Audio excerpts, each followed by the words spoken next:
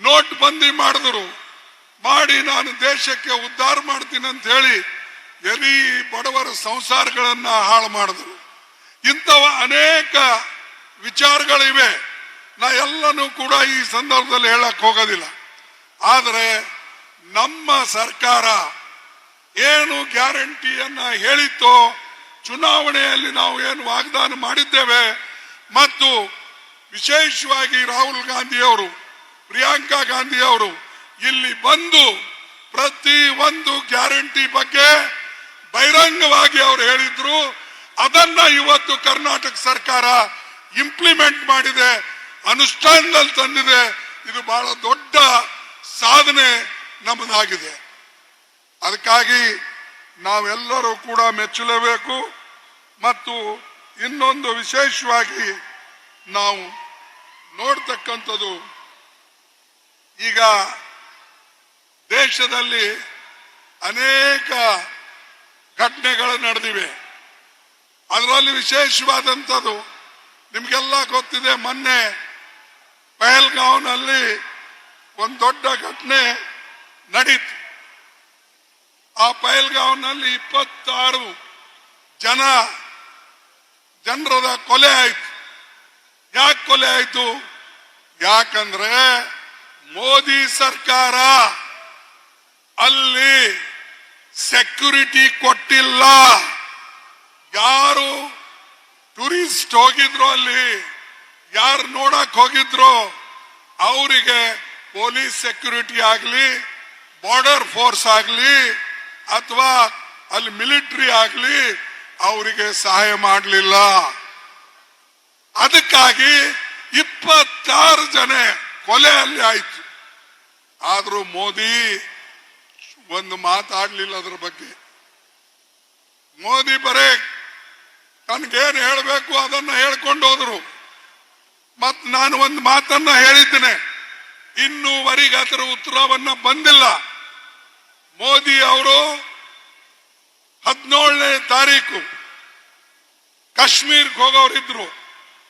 ಆದ್ರೆ 17ನೇ ತಾರೀಕು ಕಾಶ್ಮೀರ್ಗೆ ನೀವು ಹೋಗ್ಬೇಡಿ ಅಂತ ಹೇಳಿ ಅವರ ಬೆವುಗಾರಿಕೆ ಅಲ್ಲಿರ್ತಕ್ಕಂಥ ಇಂಟೆಲಿಜೆನ್ಸ್ ಅವ್ರಿಗೆ ಹೇಳಿದ್ರು, ನೀವು ಹೋಗ್ಬೇಡಿ, ಪಾಕಿಸ್ತಾನದಲ್ಲಿ ಇದು ಕಾಶ್ಮೀರ್ನಲ್ಲಿ ಗಲಾಟೆ ಆಗ್ತದೆ, ಅದಕ್ಕಾಗಿ ದಯವಿಟ್ಟು ನೀವು ಕ್ಯಾನ್ಸಲ್ ಮಾಡಿ ಅಂತ ಹೇಳಿ ಅಲ್ಲಿ ಕ್ಯಾನ್ಸಲ್ ಮಾಡಿಸಿದ್ರು.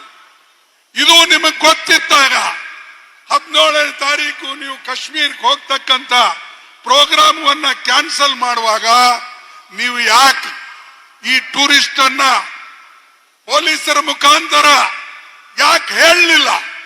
ನೀವು ಹೋಗ್ಬೇಡಿ, ಅಲ್ಲಿ ತೊಂದರೆ ಇದೆ ಅನ್ನತಕ್ಕಂಥ ಮಾತು ನೀವು ಹೇಳಲಿಲ್ಲ. ಹೇಳಿದ್ರೆ 26 ಪ್ರಾಣಗಳನ್ನ ಉಳಿತೀವು. ಮತ್ತು ನಮ್ಮ ಈಗೇನು ನಾವು ಹೆಚ್ಚು ಕಡಿಮೆ ಚುಟ್ಪುಟ್ಟು ಯುದ್ಧಗಳು ನಡೆದಿವೆ, ಅಥವಾ ನಮ್ಮ ಪಾಕಿಸ್ತಾನ ವಿರುದ್ಧ ನಾವೇನು ಘರ್ಷಣೆ ಮಾಡ್ತಾ ಇದ್ದೇವೆ, ಪಾಕಿಸ್ತಾನ ಕೆಲಸ ಅಂತೂ ಯಾವಾಗಲೂ ಬರೇ ನಮ್ಮ ಭಾರತ ದೇಶ ಮೇಲೆ ಗೂಬಿ ಕೂಡಿಸ್ತಕ್ಕಂಥದ್ದು. ಅವ್ರಿಗೆ ಶಕ್ತಿ ಇಲ್ಲ, ಶಕ್ತಿಹೀನರು.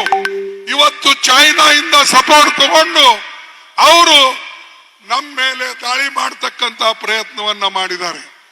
ಇದು ಎಂದೂ ಕೂಡ ನಮ್ಮ ದೇಶ ಸಹಿಸೋದಿಲ್ಲ. ನಾವು ಒಕ್ಕಟ್ಟಿದ್ದೇವೆ ಅಂತ ಹೇಳಿ ನಾನು ಮೊದಲೇ 22ಕ್ಕೆ ಬೆಂಗಳೂರಿನಲ್ಲಿ ಹೇಳಿದ್ದೆ.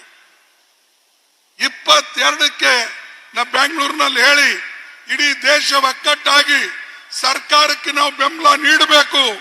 ಮತ್ತು ಯಾರು ನಮ್ಮ ವಿರುದ್ಧ ಹೋರಾಟಕ್ಕೆ ಬರ್ತಾರೋ ನಾವೆಲ್ಲರೂ ಸೇರಿ ವಿರುದ್ಧ ಮಾಡೋಣ, ಹೋರಾಟ ಮಾಡೋಣ, ಅದಕ್ಕಾಗಿ ಪ್ರಾಣ ಕೊಡೋಣ. ದೇಶ ಅನ್ನತಕ್ಕಂಥದ್ದು ಮುಖ್ಯ, ಆಮೇಲೆ ಜಾತಿ ಧರ್ಮ ಎಲ್ಲ. ಆದ್ರೆ ಇಲ್ಲೇನಾಗಿದೆ, ಇವತ್ತು ವಿಶೇಷವಾಗಿ ಮೋದಿ ಮುಖ್ಯ ಆಗಿದ್ದಾರೆ, ದೇಶ ಆಮೇಲೆ. ಯಾಕಂದ್ರೆ ಅವ್ರಿಗೆ ಉಳಿಸಕ್ಕೆ ನೀವು ವಿಶೇಷವಾದಂತ ಮಾಹಿತಿ ಕೊಡ್ತೀರಿ, ಆದ್ರೆ ಬಡವರಿಗೆ ಸಂರಕ್ಷಣೆಗಾಗಿ ಕೊಟ್ಟಿಲ್ಲ. ಇದು ನಾವು ತಿಳ್ಕೊಳ್ಬೇಕು. ದೇಶಕ್ಕಾಗಿ ನಾವು ಹೋರಾಡ್ತೇವೆ, ಬರೇ ನೀವು ಅಲ್ಲ, ಕಾಂಟ್ರಾಕ್ಟ್ ಯಾರು ನೀವೇ ತಗೊಂಡಿಲ್ಲ.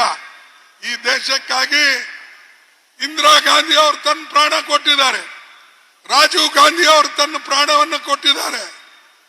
ಅದೇ ರೀತಿಯಾಗಿ ಮಹಾತ್ಮ ಗಾಂಧೀಜಿ ಅವರು ಸ್ವಾತಂತ್ರ್ಯ ತಂದು ಕೊಟ್ಟು ತನ್ನ ಪ್ರಾಣವನ್ನ ಈ ದೇಶಕ್ಕಾಗಿ ಕೊಟ್ಟಿದ್ದಾರೆ.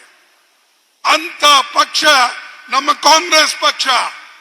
ಇಂಥ ಕಾಂಗ್ರೆಸ್ ಪಕ್ಷಕ್ಕೆ ನೀವು ಗೂಬಿ ಕೂಡಿಸ್ತಕ್ಕಂತ ಪ್ರಯತ್ನ ಮಾಡ್ತೀರಿ, ನಮ್ಮ ಮೇಲೆ ಕೇಸ್ ಹಾಕ ಪ್ರಯತ್ನ ಮಾಡ್ತೀರಿ, ನಮಗೆ ಇಡಿ ಕೇಸ್ ಹಾಕ್ತೀರಿ. ನಮ್ಮ ಪೇಪರ್ ನ್ಯಾಷನಲ್ ಹೆರಾಲ್ಡ್ ಅಂತ ಪೇಪರ್ ಮೇಲೆ ಗೂಬಿ ಕೂಡಿಸಿ ಇವತ್ತು ನೀವು ಇಡಿ, ಸಿಬಿಐ, ಇನ್ಕಮ್ ಟ್ಯಾಕ್ಸ್ ನೋಟಿಸ್ಗಳನ್ನ ಕೊಟ್ಟು ನಮ್ಮನ್ನ ಮೆತ್ತಗೆ ಮಾಡಬೇಕು ಅಂತ ಹೇಳಿ ನೀವು ಪ್ರಯತ್ನ ಮಾಡ್ತಾ ಇದ್ದೀರಿ. ಇದು ಎಂದೂ ಸಾಧ್ಯ ಇಲ್ಲ. ಕಾಂಗ್ರೆಸ್ ಪಾರ್ಟಿ ಎಂದೂ ಕೂಡ ಯಾರಿಗೂ ಮಣಿದಿಲ್ಲ, ಬಗ್ಗದಿಲ್ಲ ಅನ್ನತಕ್ಕಂಥ ಮಾತನ್ನ ನಿಮಗೆ ಸ್ಪಷ್ಟವಾಗಿ ಹೇಳ್ತೇನೆ.